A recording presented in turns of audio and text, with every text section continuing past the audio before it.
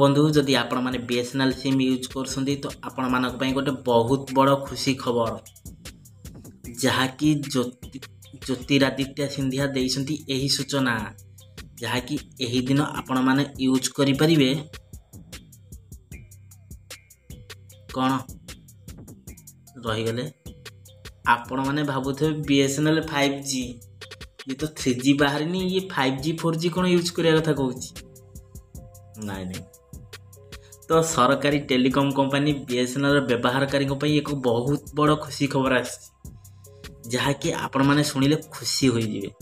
तो दर्शक बंधु ये बीएसएनएल जहाँकि 4G 5G सेवा केबे लॉन्च करिवो तो यही सूचना जहाँकि आम मंत्री जहाँकि ज्योतिरादित्य सिंधिया सूचना देइछंती यार संपूर्ण डिटेल्स इनफॉरमेशन मु आपण मानक ए वीडियो रे जणाइदेबी। तो ता पूर्व आपण मानक अनुरोध वीडियो गोटे लाइक कर दिंतु केते परिश्रम करी वीडियो बनाउछु खालटा देखले कोन हबो गोटे लाइक तो कर दिंतु पैसा पड़िबोनी फ्री रे गोटे लाइक कर दिंतु आ एबे ही जदी प्रथम थर पे वीडियो को देखसंती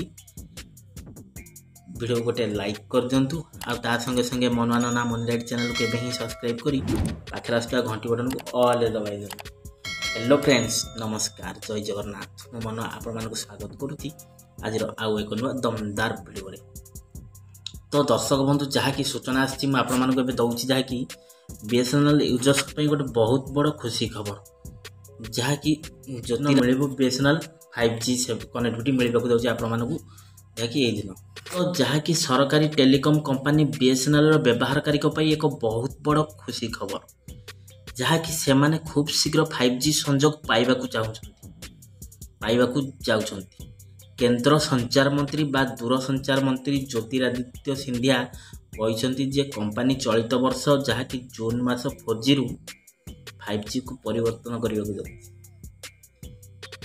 तो दर्शक यही तो है खुशी खबर जहाँकि बहुत दिन अपेक्षार अंत दिन अपेक्षार पर जहाँकि सरकार अंत घटी जहाँकि एयरटेल हो जियो हो कि वोडाफोन हो एमान 4G 5G लॉन्च कर सारा पर बीएसएनएल तले पड़ी किंतु हेले कौन आज तार भाग्य उदय होती जून मास जहाँकि 4G सांग को 5G आपण मैंने उपभोग करें जहाँकि ये खबरटी मिथ्या नुहे जहाँकि आम सरकारी टेलीकॉम कंपनी जहाँकि केंद्र दूरसंचार मंत्री ज्योतिरादित्य सिंधिया सूचना देइछंती जहाँकि जून मासरू 4G रु 5G को परिवर्तन करेंगे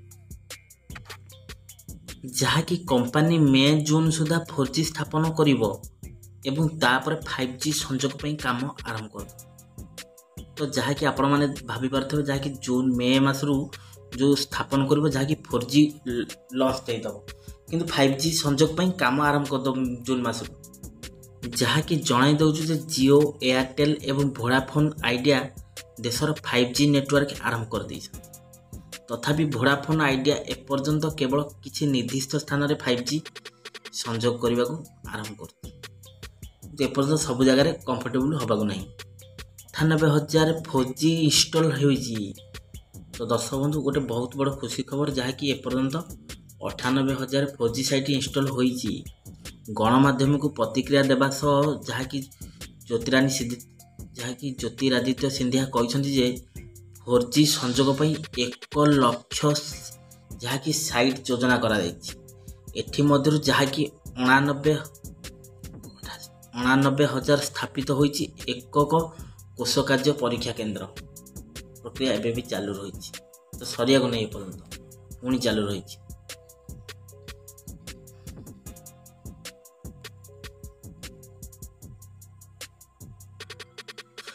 तो दर्शक बंधु जहाँकि आम टेलीकॉम रेगुलेटर अथॉरिटी जहाँकि ज्योतिरादित्य सिंधिया कहते जहाँकि जे मे जून सुधा समस्त 1 लाख स्थापन कार्य करने को योजना रही यापर जून मासरू जहाँकि 5G उपर काम आरंभ हो जहाँकि मे मासरे 4G बीएसएनएल 4G आपण मैंने यूज करेंगे आ जून मासरे 5G पे नेटवर्क काम आरंभ हो।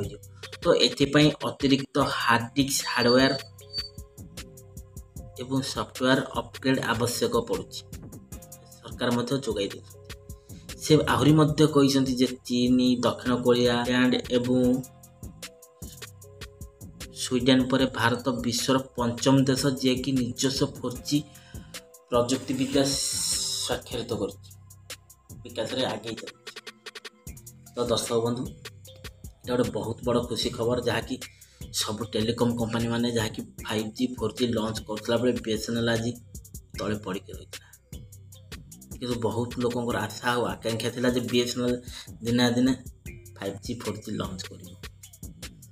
ଆଉ ସବୁଠୁ ବଡ଼ କଥା ହେଉଛି ଯାହାକି ବହୁତ ଦିନର ଅପେକ୍ଷାର ଅନ୍ତ ଘଟିଛି, ଯାହାକି BSNL ୟୁଜର୍ସ ମାନେ ବହୁତ ଦିନରୁ 4G 5G କେବେ ଲଞ୍ଚ ହେବ ଆଶା ବାନ୍ଧିକି ରହିଥିଲେ। ସେ ଆଶା ମଧ୍ୟ ଏଇ ମେ ଜୁନ୍ ଜୁଲାଇ ମାସରେ ପୂର୍ଣ୍ଣ ହେବ।